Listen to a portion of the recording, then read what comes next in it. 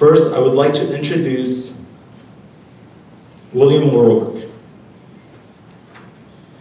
William O'Rourke, again, is a professor emeritus within the English department at the University of Notre Dame. O'Rourke has authored several books, including The New Catholic Left. He was also a weekly political columnist for the Chicago Sun-Times from 2001 to 2005. I would now like to give the floor to William O'Rourke.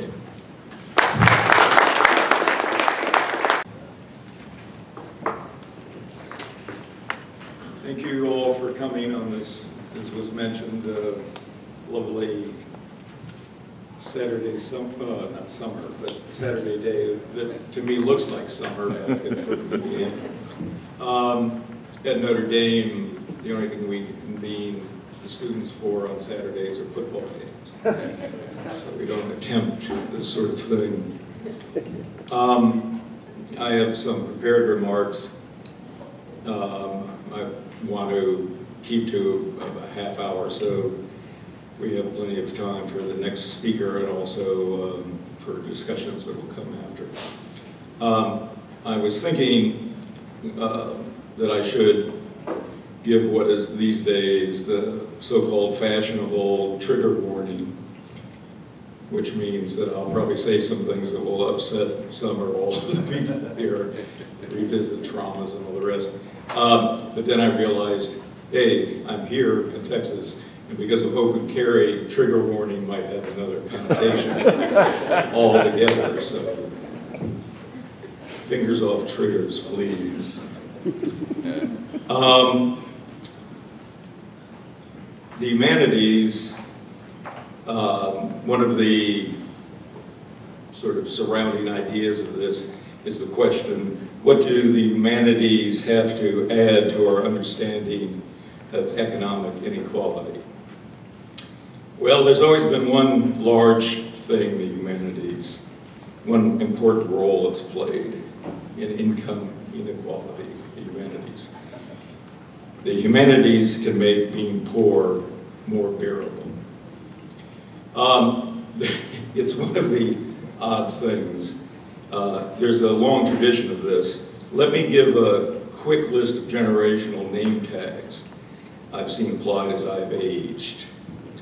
The first, when I was a teenager. In fact, the word teenager is a label, meaning previous to the early 20th century, the word teenager wasn't employed. Teenager came about in the early 20th century. Its emergence had to do with the growth of high school education, which was not a universal thing back then. The prevalence of automobiles, meaning Henry Ford and those people who in Detroit of old used to manufacture automobiles, and changes in social mores. Social mores are just the way people, conduct themselves. And so because of that, because of high school, meaning that you would group this age group together everywhere for 4 years, they had to have a word for what that state was. And the word teenager is what word got used. Anyway, the generation ahead of me, I was born in 1945, you can do the math, were beatniks. Now, beatniks, I aspired to be a beatnik back then, because you usually aspire to the generation that's right ahead of you. The beatniks during the 70s morphed into what were called hippies. And then during the 1980s, they retained the IES, and there was a new term called Yuppies. More recently, was Generation X, which didn't really catch on, and popular today, the less interestingly named millennials. A subset of millennials are hipsters, so that has some allusion to the past.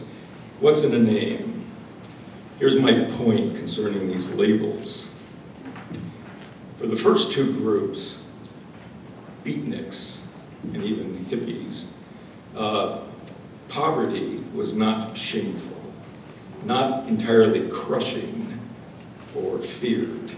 Indeed, both groups at heart had traditions supporting them, and at the center of those traditions sat the humanities. If beatniks and hippies, those words, have any meanings or associations for you all, a lot of you happily are young, have any meanings or associations, it may well be for the first, meaning beatniks, Chianti bottles with melted candles, poetry readings, and for the second, for hippies, communes, Woodstock. Woodstock is familiar. Beatniks were carrying on the older, solid 19th century tradition of Bohemians. According to the OED, the Oxford English Dictionary, which, not that I expect any of you to have this in your pocket, is the world's best dictionary because it gives the dates and references of when words entered history and the culture. According to the OED, the first use of the word Bohemian turned up in 1848, right at the middle of the 19th century. And it was used to describe the manner of living of so-called impoverished writers, journalists, artists, musicians, and actors living in major European cities. Well, that's a group I want to be associated with, and also they're all the humanities. Now, the American beatnik period, largely in the 1950s, some in the 40s, post-World War II, was also the era of folk songs, from decidedly downscale guitar plunkers. The whole idea of folk is that you don't need much technology to do it. You know, you can make the instruments yourself, or it's, low tech. Even stars like Joan Baez, Pete Seeger, some names that you might have some reference for, they just barely appeared above a commercial horizon. But very few of their recordings went, as we would say today, viral. The Bohemian tradition, oddly, set out to make poverty fun. Both beatniks and Bohemians were urban phenomena, since you need some excess capital around to make poor being fun. It required a few rich friends, acquaintances, and or patrons to sometimes feed you and buy drinks. And again, it's an urban phenomenon. I want to point out a number of things happened because of the Bohemian tradition, coming from the 19th century into the post-World War America, because of the beatniks. The 60s happened. Protest happened. The civil rights movement happened. The anti-Vietnam War protests happened. Universities were shut down. People were in the streets. Change happened. A great deal of this was the result of the Bohemian tradition.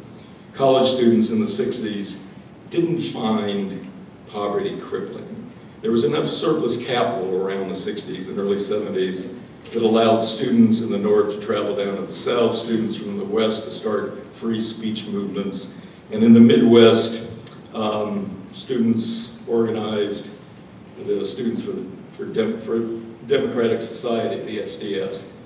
Jack Kerouac, who I hope is a name that some of you recognize, had published his book On the Road in the late 50s, and students took to the road in the 60s. During the 60s, the number, and this is really the most important statistic I'm going to give, though all of them seem to be important. During the 1960s, and this included me, so that's why I take this so personally, the number of people experiencing higher education tripled. That number, previous to the 1960s, had never even doubled in a decade. That demographic change, it can be argued, is responsible for the 60s. A meaningful percentage of these students, these new students, first generation students to go to college, began to protest an unpopular and useless war. Though I suppose I can't say it's entirely useless, I'll show you in a moment. These students began to protest partly out of self-interest, since so many of them were vulnerable to the war because of the draft, and also because of their education. Teach-ins took place on college campuses, mainly catering to this new 2/3 population that came in. Speaking of the useless war, why I brought this cap with me is to use as a prop. Notre Dame. This cap, if you look at the label, is made in Vietnam. Who would have thought that we lost 50,000 American lives so Ralph Lauren and other clothing manufacturers, Phil Knight at Nike, and all those people could have cheap labor? It's, usually you think it's oil, tin, natural resources, but it was cheap labor. For some 20 years, over 20 years, I was married to an economist, and so a lot of this, since I know a lot about economics these days, has been homeschooled. I got homeschooled. And my wife was a presidential appointee to the PBGC. Clinton appointed her, and PBGC is the pension guarantee, pension benefits government guarantee. They look after the private pension system in the United States. She was on the board. They would have what she used to call businessmen beautiful come to the PBGC board, and they would tell them, capital is now so mobile, we're going to the places that have the cheapest labor to make all our stuff. And the members of the board were like, oh, that's just great. But it was this, it wasn't impersonal, it was like, oh, this is what we're gonna do. Capital is so mobile now, we're going wherever the labor is cheapest. This was during the Clinton administration, 25 years ago, practically. Anyway, okay, back to the Bohemians and college campuses. In the 60s, they had become Bohemian redoubts. What I mean by that is they became, because they were growing with this new population, kind of urban centers, because they had all the properties of big cities. Educated people could coalesce, and in most cases get by on very little income. For 4 years, most college students became Bohemians. Not all, of course. There was always the fraternity, sorority side. But thanks to Sputnik, those Russians, our friends in space that we share the space station with, the federal government started dumping money into land-grant state universities because they were, all of a sudden, the Russians had put up their the first satellite. Made us look bad. There's another tradition, long tradition in America of anti-intellectualism. I won't start to give you the examples, but it's all over. The Final Four. All of that is,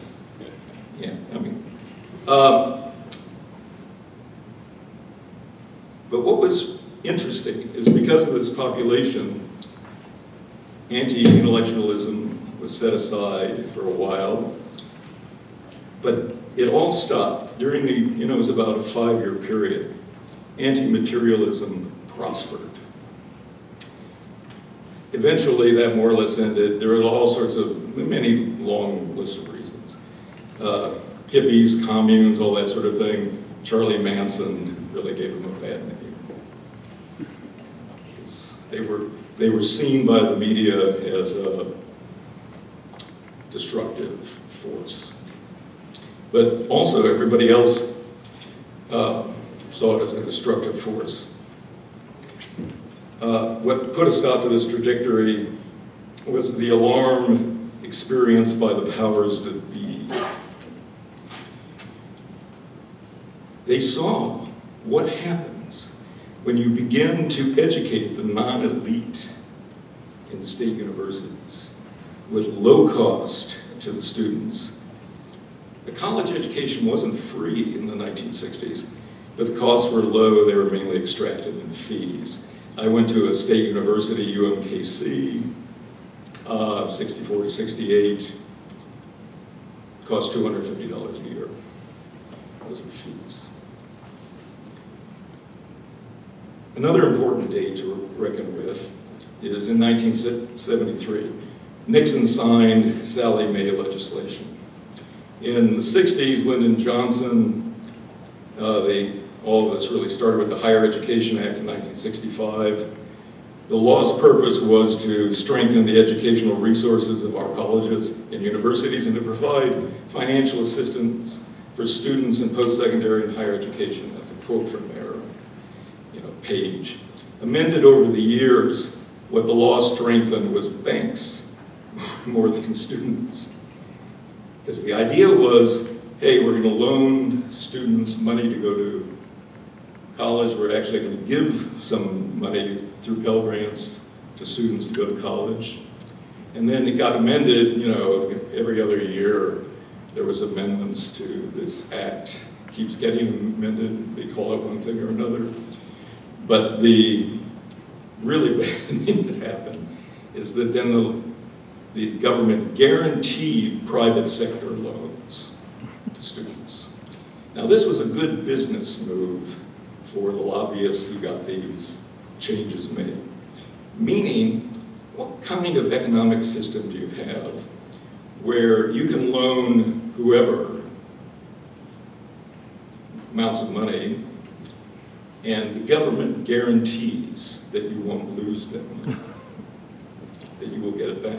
And then you can also, if they default, you can sell it to bill collectors and get some there, but nonetheless, the government still guarantees the loans.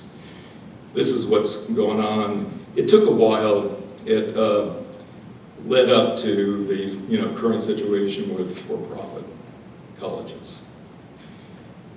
Happy to be on this beautiful campus because it looks like a campus. If you see the University of Phoenix and other such things, they are these box buildings that look like office buildings, and they're built like office buildings so they can be repurposed once the schools go under and they take out all the capital from the government. They're safe investments. But it was during the Reagan years where attitudes about poverty were completely upended. The Bohemian tradition went into permanent recession.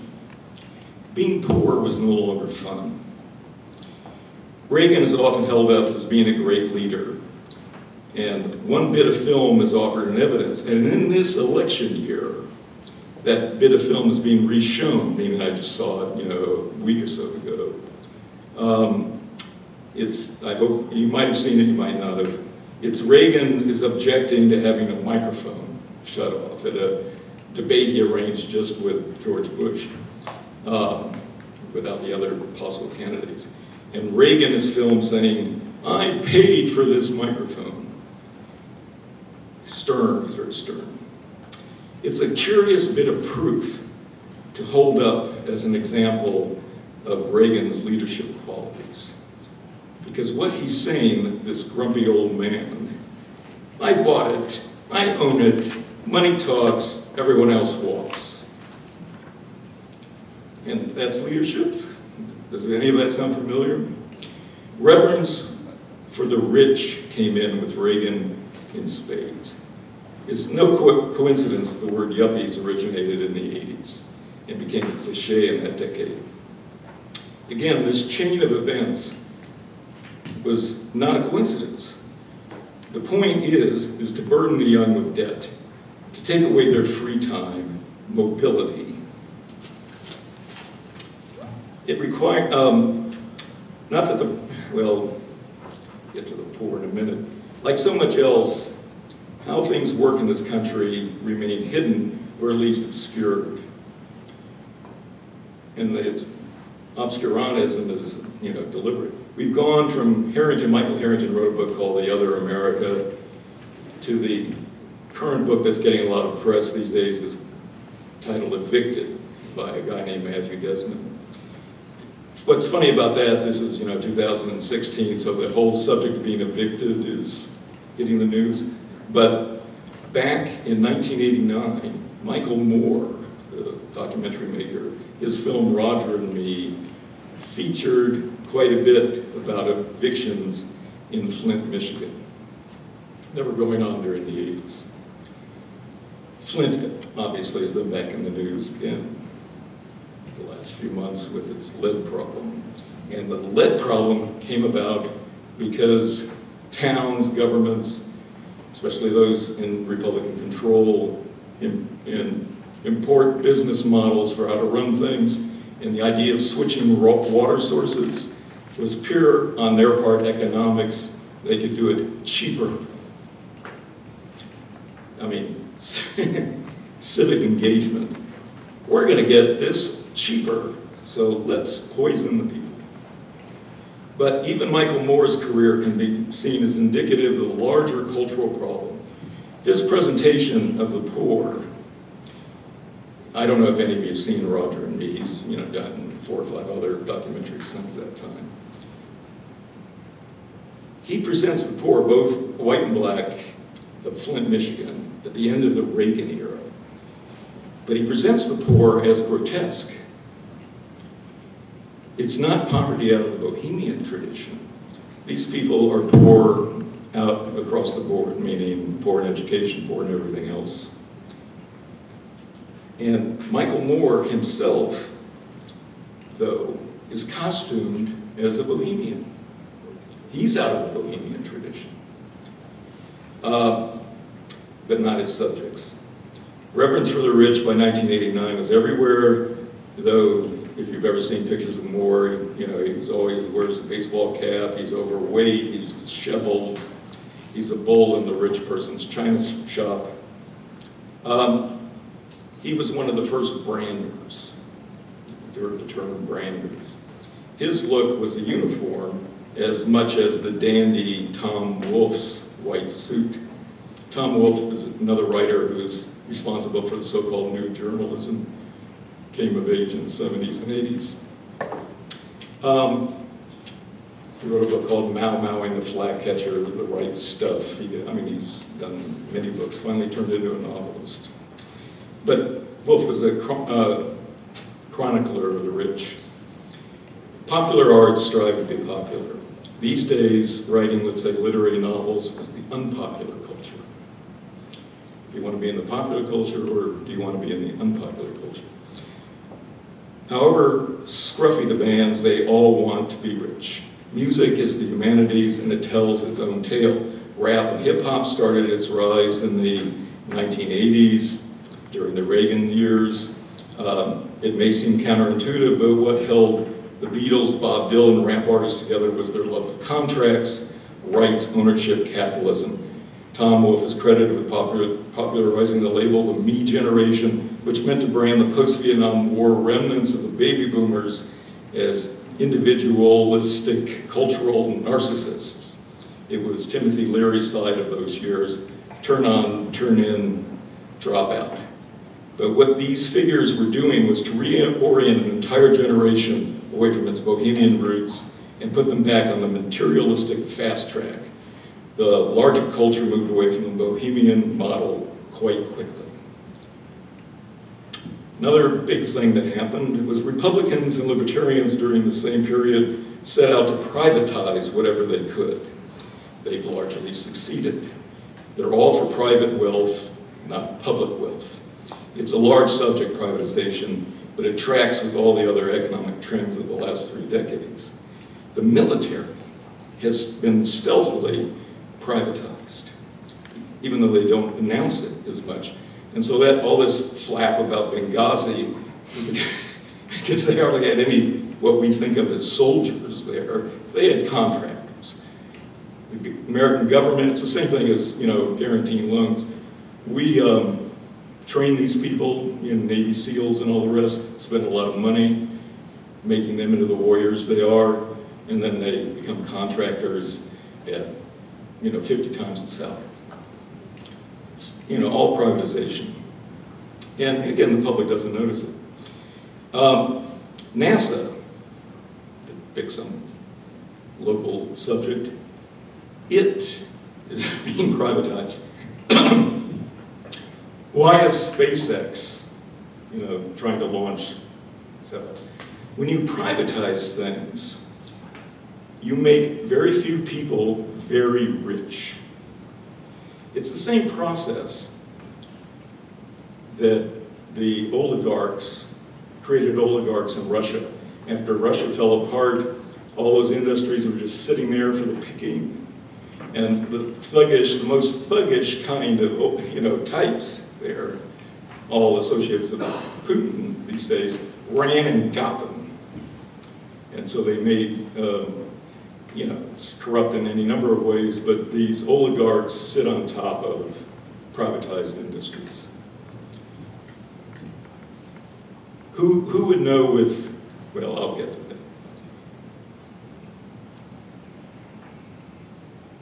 Universities, such as my own, meaning I taught for over 30 years at a private university, is now under this kind of corporate mindset. They used to have, everybody was a Notre Dame employee until about 7 years ago, where they got independent contractors to clean the buildings, cook the food, do all the things except sit in the classrooms. Now they're no longer Notre Dame employees, so they can't complain about their low wages and lacks of benefits. The university, which is sitting on an endowment of $300 billion, run by priests, supposedly. Oh, that's a good idea, we'll save money. Build more skyboxes for the football stadium. Okay, you have to also remember the first personal computers appeared in the late 70s, early 80s. The counterculture, which is what they used to call the hippies, yuppies period, and that was when everybody also wanted to become lawyers. You may or may not remember that. I mean, some of you are too young to remember. But the rates of law school participation were just huge. And that's, that isn't happening these days. And law schools are shutting down the smaller ones because you have to pay for law school. And not everybody wants to get $100,000 in debt for 3 years of law school, or even more, and not have a job waiting for them. So the law school population has declined in the last few years. The counterculture turned into the cyberculture. It's not too large a claim to point out that the heroes of Silicon Valley are new versions of late 19th, early 20th century robber barons, all capitalists par excellence. It's been one of the disappointments of my adult life that the heroes of the millennial generation are people like Steve Jobs, Bill Gates, Mark Zuckerberg, all billionaires. There are heroes, you know, not people plunking folk guitars. This is a kind of lottery economics where, you know, one person wins it all. The funny thing about lottery economics is you,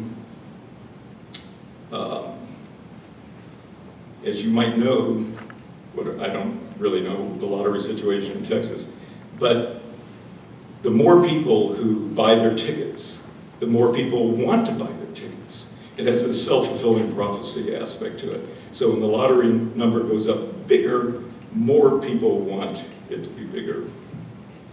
And again, only one or a few people ever win.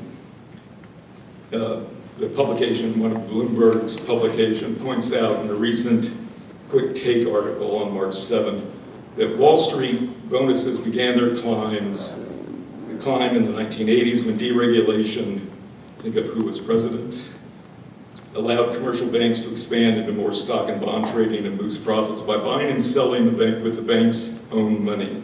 Eat what you kill traditions. And this is, Wall Street talking to themselves. Eat what you kill traditions meant professionals reap bonuses in line with the profit they generated. It's a very important statement. Top bankers argued that their skills made them as valuable as professional athletes, the other 1%ers. The graph published in the New York Times in 2011 shows that the average security industry's New York City salary in 1981 was less than $50,000 a year, though about double of all the other private sector jobs there in New York City on average. By 2008, the figure was nearly 400,000. Everybody else in the private sector in New York City was slightly above 55,000. These are just averages. 400,000. What I contend, and Bloomberg doesn't point out, is that this rapid rise, this rate of growth, going from double to 6 times the size, just didn't affect the securities industry. Other company CEOs, top executives across the board, including academia, saw these bonuses and salaries of Wall Streeters, these 25-year-old kids, rise in the 1980s, 90s, and felt deep in their souls they were all being underpaid. In the 1970s, the ratio of CEO pay to the company's worker was around 20-1. In 2012, the LA Times reports that the average CEO to worker pay ratio in 2012 was about 350-1. Some companies are much higher. 350 is also an average. What happened? They went from Teddy Roosevelt to trustbusters to the 1980s, and they, corporate takeovers. It was called the greed decade. Regulations disappeared. The top people got in their heads that they were the chosen ones, and should be paid these outlandish amounts. Again, what I'm trying to point out is this cultural shift didn't happen by accident. The 80s, 90s were in reaction against the 60s, 70s. Time to reduce idealistic young who didn't seem to care that much about money. The cultural landscape was now filled with future 1%ers, all becoming the heroes of the new generation. It's true in the arts, true in sports, true in the regular economic world. And the growth of for-profit colleges is just one of the hallmarks of the last 20 years, helped along by the parallel decrease of state support for colleges and universities. Again, public education was being privatized. And who, if the state isn't going to pay for it, guess who's going to pay for it? Students. It's going to be privatized, just like everything else. The debt that students began to accrue, they're not able to shed because of the laws they can't declare it in the bankruptcy proceedings. Add to that the state of permanent war, predicted long ago by one of the greatest humanists, George Orwell, that we've been enduring since the end of the last century, the 20th century, that is. His essay, Politics in the English Language, is still seminal, but evidently completely ignored. Rhetoric and anti-government propaganda from the right has almost been completely successful. Nonetheless, the most startling growth of for-profit colleges has been the last 10 years or so. They tapped into the GI Bill population of veterans of our Middle East wars, primarily from Iraq on, which I think is criminal. That they fleeced the people who, 1% who are in the volunteer army, the other 1%. And they fleece them of their benefits of the GI Bill. Okay, I'm gonna close up here even though I have too much, there's too much to talk about when you talk about income inequality. Why I bring this all up about the 60s is even I, who I'm supposed to know something, I wrote a book about the 1996 campaign. So I know something about presidential campaigns. And even I am surprised that somebody older than me, Bernie Sanders, who I've known about his career for decades, Bernie Sanders is a figure, you know, who's been in a time capsule somewhere and dragged forward from the 1960s, where he left Brooklyn and went to Vermont in the 60s, and somehow finally elected mayor of, you know, Bennington, I guess. And Burlington. Pardon? Burlington. Burlington, yeah, one of the cities there. Bernie, and he's like saying, I mean, persistence pays off in this culture, and he's now saying the same thing he's been saying for 40 years, but that he has engaged the hearts and minds of the 19 to 23-year-old population. It's just been a complete shock to me. But it's partly because Bernie, being so old, doesn't look like a 60s person. There's no serape and beads. He just, you know, wears a suit all the time. You know, but he is just straight out of there. And the reason has to be because it's just so egregious. The situation has now become, after 4 more decades, so egregious that everybody seems to understand that it's going on. And not to talk about the other candidates, but if you don't have the humanities in your life, you might end up being Ben Carson. And Ben Carson, there's an old saying in the doctor world. I know, you know, a lot of doctors, since I also wrote a book about having a heart attack. I know a lot of doctors. And what they say about surgeons, which he was, is they're only educated from the elbows down. And boy, do you see the truth of that in Ben Carson. Thank you.